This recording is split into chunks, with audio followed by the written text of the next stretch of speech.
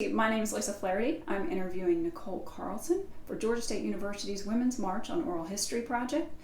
The date is the 14th of June, and the interview is taking place in Kirkwood, just outside Atlanta, Georgia. So, what year were you born? 1969. And where were you born? In Atlanta. How big was your family? I was one of 3 children. And can you describe your family's political leanings? I come from a family that's lived in the South for a while, and I think like a lot of old Southern families, folks were Democratic, and I remember my grandmother telling me that if you didn't vote Democratic, you were doing something wrong. So I would say Democratic probably most of my life. Were politics discussed at great length? Not a lot. My dad, who I didn't live with growing up, is a Republican. Occasionally we would end up having conversations about political things, but it always got a little awkward, so we usually stopped talking about it pretty quickly. Do you vote actively? I do. And do any of your family or close friends, do they participate in politics? And if so, describe what they do. Participate. So almost everyone I know votes regularly. Depending on where I've lived, and I've lived in lots of different places in the United States, I've had a friend group that had more or less political involvement. So when I lived in Oregon, most of my friend group was politically active, going to rallies and that kind of thing. And we were also involved in that, a lot around school choice and things like that. In Georgia, I don't see as much of that, just from where I am in my friend group. But in terms of my family and political involvement, I would say mostly not involved. Other than voting, they really aren't doing any additional kind of political activism. You also lived in Raleigh. I lived in Richmond. Richmond, I'm sorry. Yeah. What was the experience there? In Richmond. Similar or dissimilar to? Richmond's an interesting place. It's a small town where there is at once a very conservative, kind of old Southern, we're proud of the Confederate Army and what happened here group. And then there's a very liberal group of people that live there as well.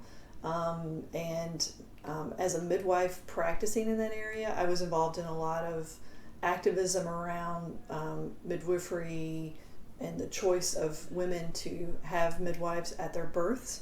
We did kind of public speaking and bringing people together around women being able to have more choice in their birth plans and things like that. So it was an interesting situation in Richmond in terms of like very different groups of people coming together because it was around birth. It wasn't around politics, so to speak. But in terms of straight up political, we went to, when Obama came through, we went to see him speak when he was a candidate back in 2007, but more local, organizational kind of political activism we weren't really involved in Richmond. So the groups that you spoke with, you said they were made up of kind of a diverse group of people. Mm-hmm, yeah. What kind of reception did you get? We got a really great reception because there was a lot of interest in very disparate groups there for there being more options for women when they wanted to have their babies with midwives. And so we had everything from Mennonites to very tattooed art school students from VCU to the women with pearls is what we call them, like the women that were, kind of more traditionally conservative. But, the desire to be able to have more choice and to have more of a personalized care in the birth was something that kind of crossed all those lines. So what disappointments did they voice to you when that made them want to come to such a meeting? Yeah, up until the time that I was in Richmond, and that was in 2000, I moved to Richmond in 2007. Really, the choices for birth were limited. There was mostly hospital birth with physicians or There was home birth with one particular midwife who had been in that area for about 25 years before I moved. And so there were a lot of women who were wanting options in a hospital for them to be able to have midwifery care. A lot of them had heard about midwives through either kind of friends of folks that had had home births, but didn't necessarily feel comfortable with home births, or there was a lot of kind of activist films coming out at that point, kind of trying to educate women about birth, and a lot of the women in that community had seen those films. In fact, one of the events we did a film. We did a viewing of one of those films, and there was probably 700 people there. And then we had a question and answer session with the midwives in the area at that point, because a lot of people were setting up their practices in the community at that time. So, how did that differ to the reception you received in Portland? In Portland, there were already a lot of midwives there. It was a community that had midwives in hospital, out of hospital, both, for probably 25, 30 years. So it was more just an expectation that women could have that kind of care if they wanted, and a lot of women already knew about it. So it was more, as a midwife there, about fitting yourself into an existing structure, whereas in Richmond it was kind of being laid down. And when did you return to Atlanta? We moved back in 2010, so I was in Richmond for 3 years. And when you came back in 2010, what was the atmosphere that you found in Atlanta at that time? It was the most conservative place I had ever practiced as a midwife. There are quite a few midwives practicing in the Atlanta metro area and have been for years. But a lot of those midwives are practicing in a way that makes it hard to tell the difference between the way they do things and the way doctors do things. So it was hard, I think, at first for me, especially, to connect with where are this kind of what are the segments of the population here in this metro area that are interested in more kind of midwifery focused care. And I think that definitely started to happen like a year after I got here. There was several practices that started offering more midwife focused care, and there's a birth center now in the Atlanta area, so a lot of that's really picked up. But when I first came here in 2010, it was still kind of the old way of doing things. You mentioned the difference, where there was very little difference between the way midwives delivered babies in Atlanta and doctors. Yeah. Can you elaborate on that a bit?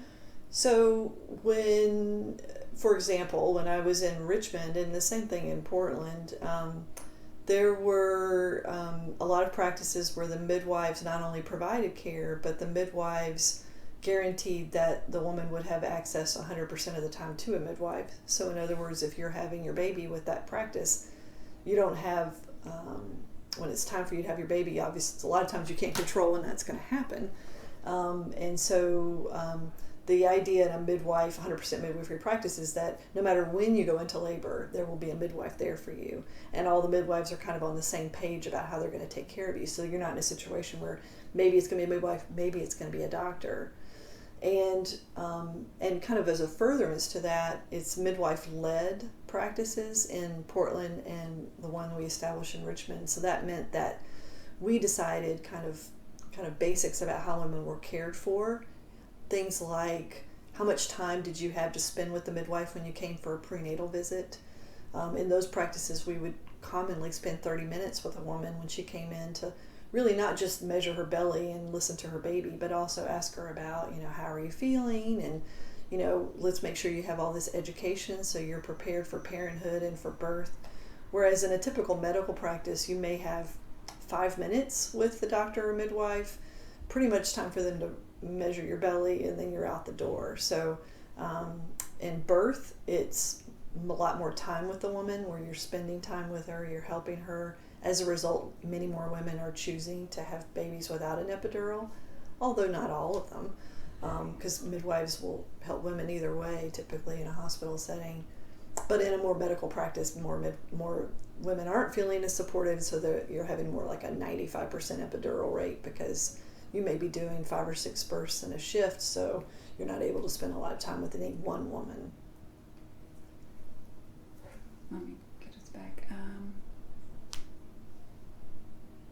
Why did you choose this profession? When I was young, when I was right out of college, so I would have been about 21, I met a midwife who was amazing. I didn't even know midwives existed. And I went to this clinic, and it just so happened that the person who was there was a midwife. I didn't know it at the time. But she did, I had a pap smear, and she did this pap smear that was amazing. Like, while she was doing it, she was educating me about my body. She was telling me, kind of how to take care of myself. She made me feel special and educated by the end, and empowered about my body. And when it all was over with, I asked her, why is this so different? Because at that point I had 5 or 6 pap smears. I knew what that was supposed to look like. And the model of care I was seeing was hardly even the same thing. So I saw her a couple more times, but that was the moment where I realized that midwives existed. I was at that point a biology major. My undergraduate major was biology, and I'm kind of on the path to become a doctor. And at that point realized, no, that's not what I want to be. I want to be this thing. And then it was a process of, okay, how am I going to go back to school and figure that out so that I can do this, and that's what I ended up doing. Was the path to midwifery easy academically? No, not easy. It's a lot easier now. At that time, if you already had a bachelor's degree, which at that point I already had a master's degree, I was a social worker, you have to go back and get another bachelor's degree in nursing, and then practice as a nurse for a couple of years. I was a labor and delivery nurse for a little while, and then apply to a master's program and get a master's degree to become a midwife. Now they have programs where you can kind of do like a 3-year, kind of start from another degree, whatever it is, and end with a midwifery degree in the end. So your field is is intimately involved in many of the unity principles of the march. How did your job impact your reasons for marching? Well, I guess the first and most obvious is that the person who invited me to go to the march with her is a midwife that I work with at Emory. So she had some old roommates from college, one of whom lives in the DC area, and was planning, and they were kind of planning, like, we need to do this. And so I kind of jumped on that train, with her. So that was the first way. I think in addition to that, it's, you spend a lot of your time as a midwife advocating for women, and advocating for women to be able to be treated the way they want to be treated in a system that a lot of times doesn't treat them very well. And so it's something that made sense to be part of the march, because it definitely felt like there needed to be some advocacy. Had you participated in a march before? And if so, describe. I did one march before, and it was when I lived in Oregon. They were having financial troubles as a state, and they had closed a lot of the schools, including our local school.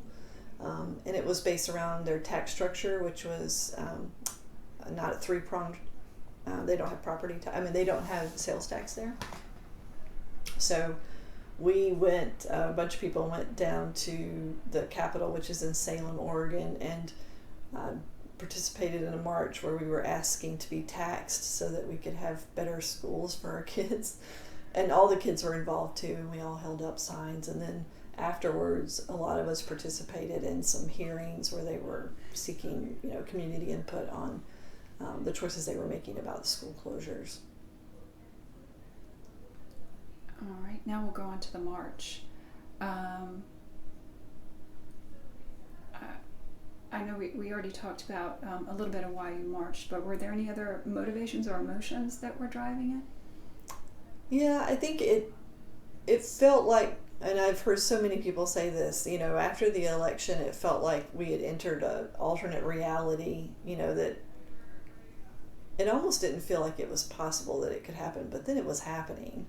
And there was just such a need to connect with other people who also weren't so happy about this alternate reality. And I think a need to be heard, because it felt like a lot of people voted. A lot of people, were absolutely, this is not going to happen. We're all going to get out the vote, and then what happened. So I think it was also a desire to do this so that we could have some opportunity for everyone to be heard, and for hopefully there to be some type of movement of listening to all the folks that wanted to say that they wanted something different than maybe what had been laid out as a plan for the new administration. So I think those are kind of the basic things that were going together. Which march did you attend? We went to the DC March. And how many went with you? So traveling from Atlanta, there was myself and Kate, who is another midwife that I work with. And then there was, in addition to that, I think 8 students that we teach, midwifery students. They went in a separate vehicle than us, who traveled up as well. What issues were most important to you? There were so many. I think for me, the promised dismantling of the Affordable Care Act was probably top of my list, because I think for a lot of people it's something that maybe they've certainly heard about, but they don't really understand all the different components of that. And for me, working in healthcare, I had seen already how many more women were able to receive care, to come in and have a real contraceptive plan, for example, whereas before we had so many people who were uninsured. They would be insured while they had their baby, and their insurance would typically go away after 6 weeks. So there was this big urgency to try to get all of their health care taken care of while they were in that 6-week postpartum period. And for that to be the way it was my entire career, and then suddenly see women having care that they could make a plan, and that's just in women's health.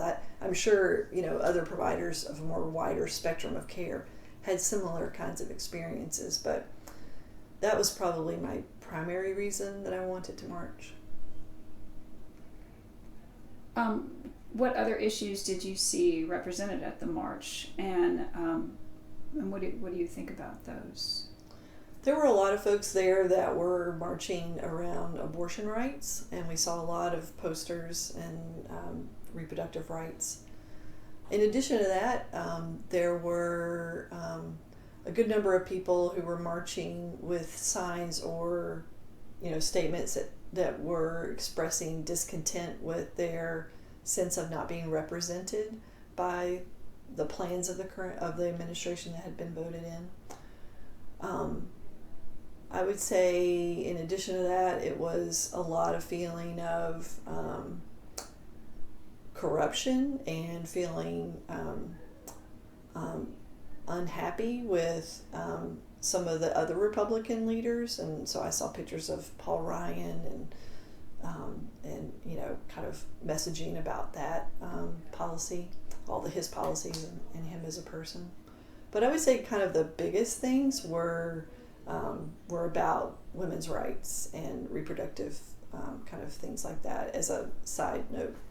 Do you remember any of the posters or chants that you heard? Yeah, my favorite poster was it was a big poster that had tiny baby hands, like real babies. I don't know where they got these little, not real babies, but I mean real baby dolls. They had taken the hands and they had taped them all to this poster, and they said, "Keep your tiny hands off my body." And every time they would move the poster, the little hands would move on the poster.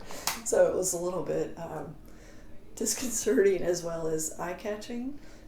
There were, when we got down to the area where the march was, the organizers were completely unprepared for the size of that march. And so we got there, there was an area where they had a big jumbotron, and that was, and then there was the area where the folks were actually speaking. And the idea was that we were going to start there and then march on this, kind of path that had been delimited. But there were so many people on every street trying to get to where the speakers were, or even where the jumbotron was, that all of those streets were full of people. And I remember standing on that side street, on one of those side streets, literally stuffed with people. I mean, there were people all around me.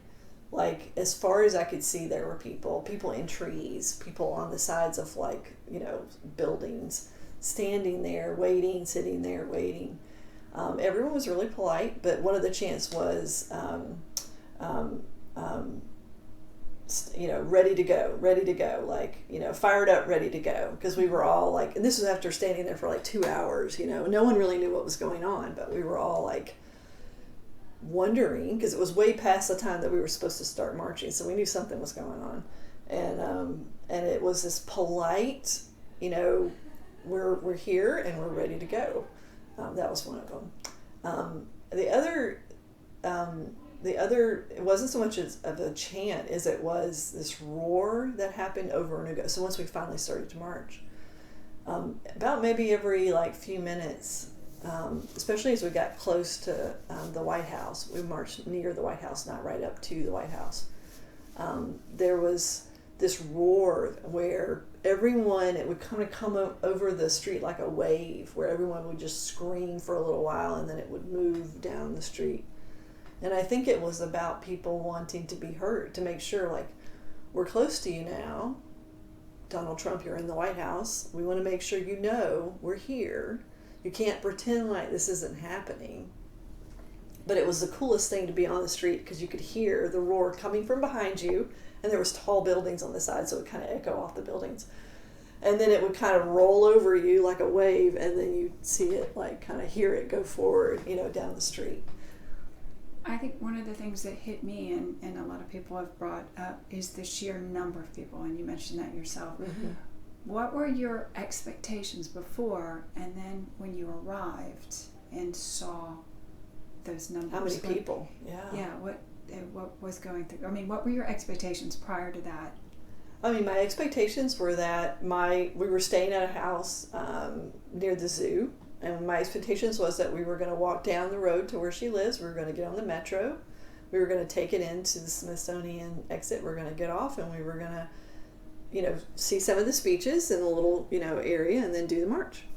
And as soon as we got to the metro station, I realized that was not the way this was going to go, because every single the metro station was thronged with people in pink. And you could not get on any of the trains, because every train was completely full of people that were already from earlier stops going to the march. It was the coolest thing, though. I have a video of we're all standing there on the side as train after train comes through that are stuffed. And as the train comes through, I don't know, they must have had some open windows on the train, but you could hear all these women in this train, like, as it came into the station, woo! So it was kind of a celebratory, feeling. So we abandoned, I think it was a 3-mile walk for us to get down to where the march was supposed to happen. So we just walked. And the closer we got, the more that the street was just completely full of people in pink. And then it got to where you couldn't walk anymore, and you just stood there completely touching everyone around you. You talked about the pink and the hat. Tell us about your hat. I didn't have a hat, so I do knit, actually, but I didn't even think about, like, knitting myself a hat. So when we got to D.C. and we were staying with my friends, college roommates, there were 3 of them, and then us. One of them had a hat, and then she had brought, like, her daughter's everything pink that they could find that would go on your head. So I had this, like, little, like, ear warmer that was pink that I wore, and my friend had a pink hat with a little kitty on it. That was probably meant for a 10-year-old girl. So that's what we wore that was pink. Let me see. There was something else you brought up. It'll come back to me.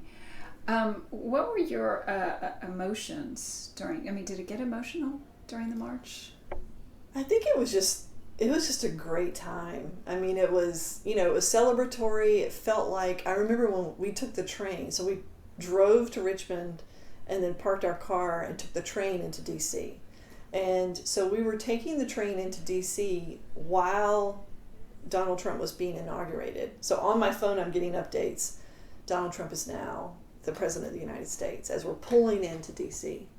And the train was completely full of women who were going to this march, and there was this kind of somber tone, of that this is what we were coming into. And as we're coming into D.C., out the windows you could see all the roads had people. The roads were all closed off, and the people that were walking on the roads were all wearing Trump,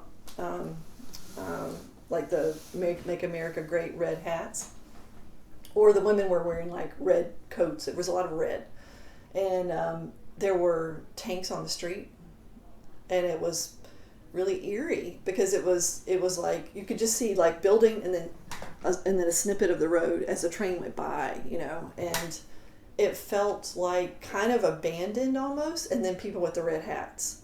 And so when we finally got into the station and got off, I think the inauguration had just finished and they were getting ready to do the march or the inaugural parade. But there were a lot of folks who had left that area and were going into the station where we were coming out of. So it was this really weird combination of the folks with pink on, and we already had our signs and stuff, and then the folks with the red, all converging on the station. So it went from being somber to kind of weird to then when the march actually happened the next day, it was, like I say, a celebration. It was seeing all those people coming together and, the power of that. It was, kind of completely blew, any expectations I have in terms of numbers. And to see that many people, mostly women, but, obviously men there too, all there with the similar type of messaging and kind of coming together peacefully was pretty cool. When you got off the train and you saw the train that was filled with people in pink hats coming into the train station with those leaving from the inauguration, was there any sort of confrontation at all? There wasn't, actually. It was kind of the opposite. So we were really hungry. It was lunchtime. So we decided we were going to eat at the station rather than trying to figure out something. So my friend Kate said she really wanted a burger. So there were, there's like 40 restaurants at this station. So we went to the Johnny Rockets burger place. We're standing in line. It's mostly people with red hats. Most of the women with pink didn't go to the burger place, So we're standing in line, it's busy, it's all red hats in the restaurant, it's mostly red hats in the line. So I'm kind of looking around like, okay. And then the host person comes out and says, I've got a four top with 2 empty spaces, who will take it? And before I said anything, my friend was like, we'll take it. And so he sat us down with these 2 people who had driven to D.C. for the first time in their lives from, I think, Alabama, to see Donald Trump inaugurated. So we're sitting at a very small 4-top table with these 2, a man and his wife who had driven up there. And they were so excited. This was to them like, his inauguration was the culmination of, I think, a lot of what they felt like was a new great direction for the United States. And then there's myself and my friend who are there in part to protest exactly what we see is a big problem. So it was the weirdest lunch I've ever had, in the middle of this kind of historic moment to sit down with these 2 people. Did they know why you were there? It was really interesting. I think at first they assumed that we were there for the same reason they were. And then when we said, we just got here and we're going to be on the mall tomorrow for the march, then it was like, they just chose not to talk about it.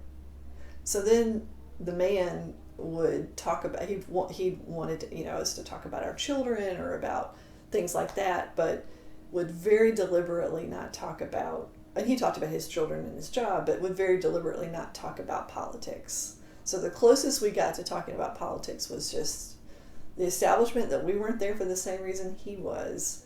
And then I feel like a lot of his stories about his family and his job were kind of backing up his reasons for why he was there. We left on good terms. It was a friendly lunch. As you should.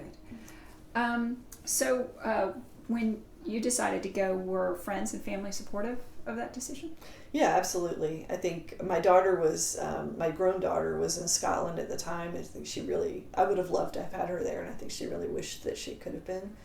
But even my son and my husband were very supportive, and my husband considered going, but then kind of felt like, I don't know, this is just a woman thing. I don't want to get in the way of a woman thing, so he ended up not going.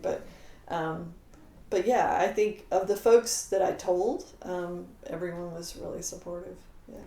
Did you get a chance to meet up with your 8 students that went up with you?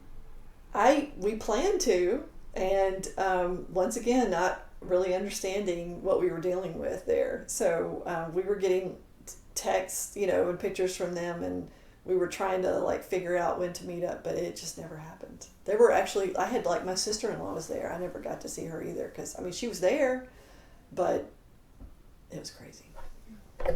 I remembered what I forgot. Tell me about did you get to hear any speeches, and did anything resonate in particular with you? We really didn't. We were standing in the field where the Jumbotron was, but it was hard to hear what the and it was even hard to, every once in a while you kind of lean around someone and see that there was someone up there, so I really didn't get to. After it was over, I watched some of the videos of some of the speeches, so I got to hear some of them then, and they were saying what we were all there for, so I think it was an interesting assortment of speeches, and an interesting, kind of, some of them, especially language, that there was a little bit for everybody there. Let me see. So you didn't have a sign, you said? I didn't have a sign, no. Okay. Let's see. And after the march, what did you think of the media's coverage of the... I just thought it was kind of crazy that the main media stories seemed to be about this disagreement about the size of the crowds. I don't know, I just felt like, is there not anything more important than how many of us showed up? It's clear from all the folks showing up in all the different, not just in DC, that there were a lot of people with something to say. I don't feel like I don't see any attempt by the current administration to have heard what was being stated there. But I do feel like, I remember when we were leaving the march, there were a bunch of folks standing kind of on the outskirts of where everyone was with signs and things they were handing out saying, this is the beginning, but we have to continue to stay engaged. So I heard a lot of folks talking about how they wanted to stay engaged and wanted to kind of learn how to do that on a regular basis and not just have this be this one kind of big event, but not do anything more. So I knew a lot of people that marched in lots of different areas, but probably the thing, not necessarily with the media, but just in terms of things I saw after the marches that made me feel like this was a momentous thing that we did, was when 6 months later I was in London and I went to the Victoria and Albert Museum, and they have exhibits. It's all about kind of culture and art through the ages, and they had a special exhibit, and there was just one little panel on it, but it was a panel on the march in DC. And they had a little pink hat, and they had some basic information, and I just thought, okay, we're in the V&A, that's pretty cool. We've made it to the big time. Yeah. So you kind of touched on it. The day after the march, Mm-hmm. What was going through your mind? I think it was probably the first moment when I really saw what I kind of hoped wouldn't be the case, which is that it was going to be more with the current administration about them trying to make things the way they wanted to make them, even if it wasn't true. So there was no debate that there was any difference, that there was the crowd size for the inauguration was bigger than the crowd size. I was there for both, so I saw. I remember when we finally were given permission to march, the idea was that we had not been given permission to march on the mall because it was set up for the inauguration and they apparently didn't have permits. That was what we were told. Didn't have permits for us to be on the mall. So we were on all these streets around the mall, and we were told, stay on the streets, don't go on the mall. And I remember they still had the plastic, these white plastic kind of things all over to protect the grass. And it was just so big, everybody was just like, screw it, man, we're walking on the mall. And there was mass of people walking down the whole length of the mall that were just overflow from all the folks that were on the streets.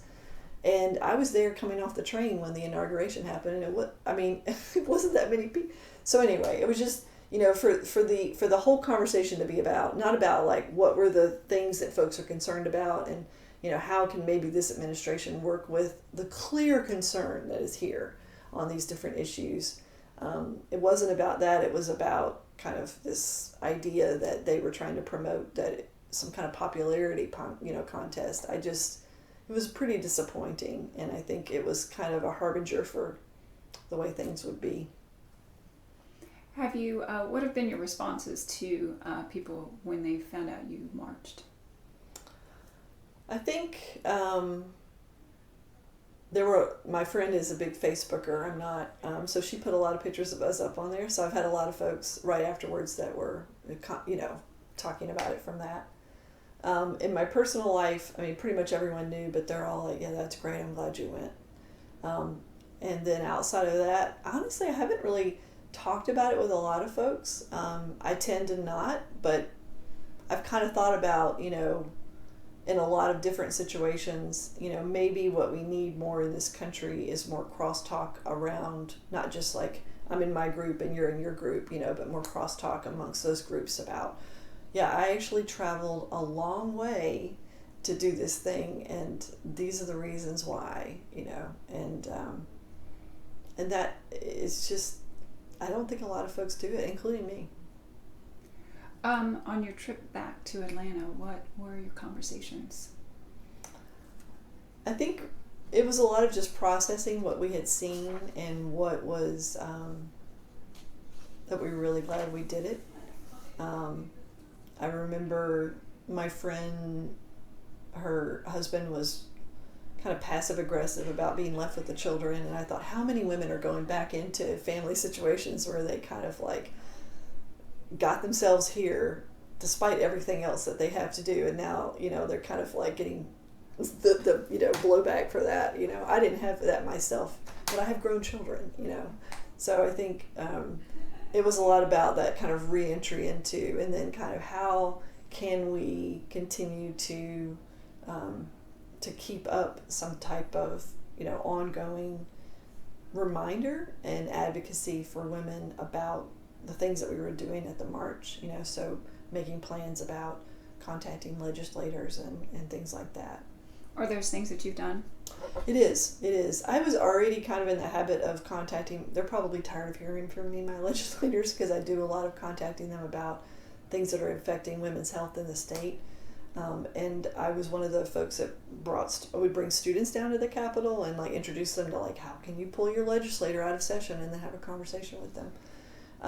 But I'm doing it more regularly, since then. And I think, and then searching for ways to do it more regularly, I think there's a couple of organizational kind of apps and things like that where they're trying to here are some policies happening in your state, here's your legislator, here's how you can contact them, that kind of thing. I think that could still be improved, and right now it's a little bit of legwork for anyone who wants to do it, and it's already intimidating enough. I think as a healthcare provider, I feel like a lot more supported in doing those types of things from my national organizations than I do as just a concerned citizen. How do I sift through which bills are coming forward? How do I sift through what exactly are the talking points? Those kinds of things. How do you think that the march has impacted the political landscape? I feel like folks are less in the closet, so to speak, about being a Democrat or someone who's concerned about social policies and wants to see a greater involvement of government spending around good programming, that kind of thing. I think for a long time amongst, and I think my friends in all the states I lived in, I saw this, that we would all feel like either it was going well or it wasn't going well, and the first response was, So do we move to Canada now, or do we wait till maybe a year from now? But it was never about how can we engage and maybe make it different. And I think the perception there was like once this like kind of to us illogical fervor for these extremely conservative, policy changes came into play, it was hard to even understand why people would want those things. So it didn't feel like there was like a ground whereupon you could maybe work for some kind of a compromise. So the big thing I've seen change is that I think it brought enough people together that I see more folks feeling like it's time to engage and it's time to be more open about the fact that I don't believe that we should cut all government spending. I don't think it's okay to make it so that women can't get an abortion if they want an abortion, and I think it's important that we have public education systems, things, just all those things, whereas before it was more like, you're not going to do it the way I want to do it, well, let me daydream and fantasize about these other societies where they are. So. And what advice would you give someone planning to go to a march? Oh, well, when we were walking down to the march, there was a woman in front of us wearing jeans. I took a picture of this. She had a water bottle in one side of her jeans, like stuck into the back pocket, and the other was some wet wipes. And I thought, and she was wearing boots, and I thought, this is a woman who is prepared. First of all, it's a woman, clearly, and she's prepared to go to a march. She knows what she's getting herself into. I think, first of all, do it, because it's really powerful, and I think that you can't really understand a situation as well by watching it on the news or even looking at it on the internet or talking to someone who has similar opinions. You can't get the same experience that you can when you're there and you see, how folks are being brave and how folks are being imaginative and how folks are taking time out of their life to make a statement. And so to do it and to get some friends to go with you. It's a lot more fun when you have a group of people. I had a lot of fun. I haven't hung out with a bunch of women my age like that in a while because, you're so focused on your family, your job, So it was really fun to do that. And I think to go into it with eyes wide open. It doesn't mean that the world's going to change overnight because you did it, but maybe it's the first step for a change, if not in the whole world, then at least in yourself.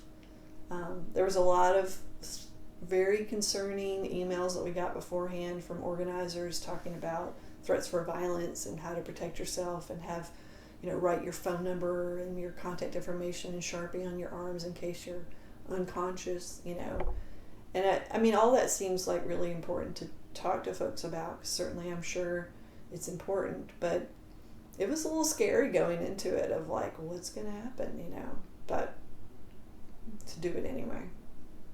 And don't forget the wet wipes. And don't forget the wet wipes in your back pocket. All right. Well, is there anything else that you can think of that we haven't touched on? I can't think of anything. All right. Well, then I do believe we're done.